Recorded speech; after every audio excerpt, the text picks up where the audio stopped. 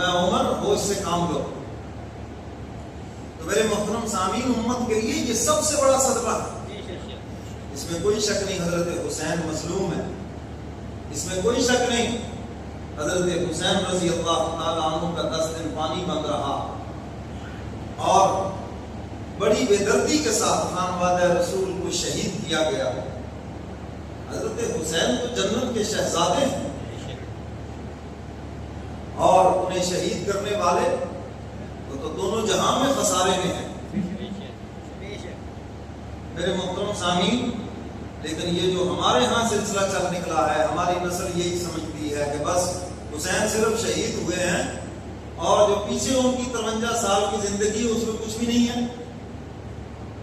جو ان کے فضائل مناقب، جو ان کے اسلام کے لیے کارنامے ہیں، جو اسلام کے لیے خدمات ہیں، اس کا کوئی تذکرہ ہی نہیں ہے. اور ہمارے احباب بھی ان دنوں میں خاص طور پر بس شہادتوں کا تذکرہ کرتے ہیں کہ میں اس کا انکار نہیں کرتا. اسلامی سال کا پہلا مہینہ، پہلا دن بھی ہمیں قربانی کا درس دے رہا ہے. ذی الحجہ 18 ذی الحج کو بھی حضور کے داماد شہید ہوئے، وہ بھی ہمیں قربانی کا درس دے رہا ہے. اور اسلام کے اس گلشن کو شہداء نے اپنے خون سے پروان چڑھایا اور یہ قیامت تک شہداء اپنے خون کا نذرانہ پیش کرتے رہیں گے. ہم ان کی قربانیوں کا تذکرہ کریں، ہم ان کے فضائل اور مناقب کا تذکرہ کریں.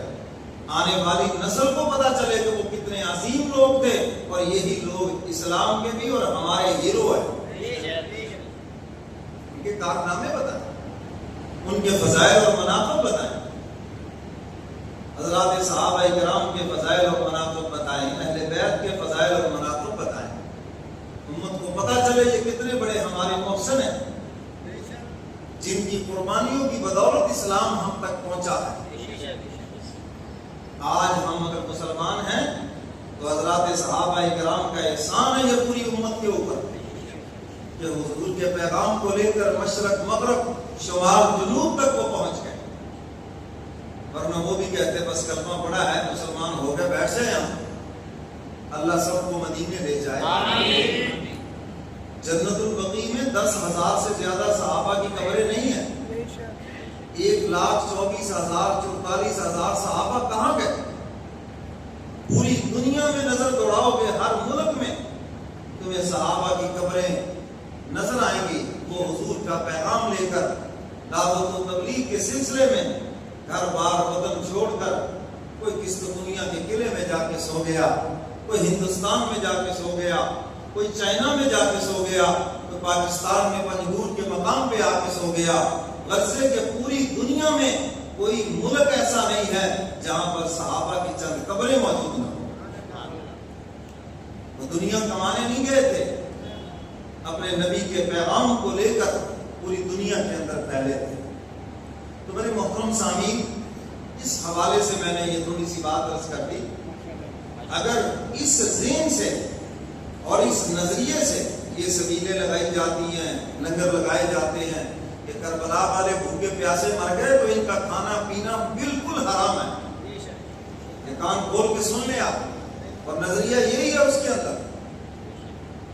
اس لیے میرے محترم سامعین، آپ صدقہ خیرات کریں، سبیلیں لگائیں، لیکن ان دنوں سے ہٹ کر آگے پیچھے لگائیں. کل 11 محرم ہے، کل کو آپ کو ویسے سادہ پانی بھی نہیں ملے گا.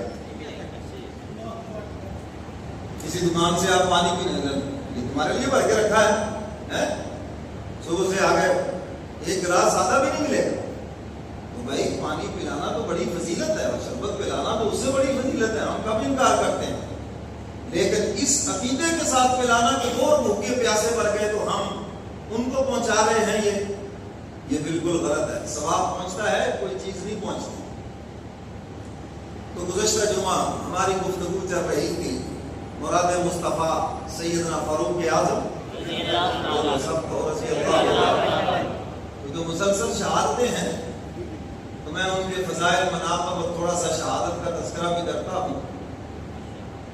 تو سیدنا فاروق اعظم رضی اللہ تعالیٰ عنہ وہ صحابی رسول ہیں جن کو میرے کملی والے پیغمبر نے اللہ سے مانگا ہے. اور شاہ ولی اللہ محدث دہلوی رحمۃ اللہ علیہ لکھتے ہیں تقریباً قرآن کریم میں 22 کے قریب ایسے مقامات ہیں جہاں پر سیدنا فاروق اعظم کی رائے عرش الہی سے مل گئی. جو رائے تھی قرآن بن کے آ گئی. جیسے ابھی یہ بادل ہے نا, کوئی کہے جناب پکی بات ہے 15 منٹ کے بعد بارش شروع ہو جائے گی, اور واقعی ہو جائے تو آپ کہیں گے کمال ہے یار, بڑی بات کی ہے تم نے. اس کا یہ مطلب نہیں کہ بارش اس کے کہنے پہ ہوگی, بارش اللہ کے حکم سے ہوئی ہے. سمجھ گئے ہو کہ نہیں؟ تو قرآن کریم نازل ہوا, یعنی قرآن تو نازل ہونا تھا اپنی ترتیب سے, لیکن نازل ہونے سے پہلے فاروق اعظم کی زبان پر وہی چیز جاری ہو گئی.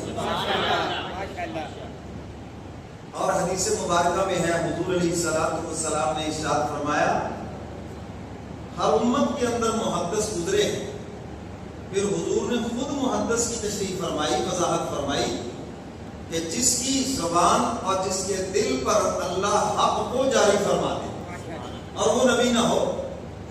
پھر فرمایا کہ میری امت میں سب سے پہلا محدث فاروق اعظم ہے, جن کی زبان اور جن کے دل پر اللہ نے حق کو جاری کر دیا. اتنی بڑی بات ہے کہ حضور فرما رہے.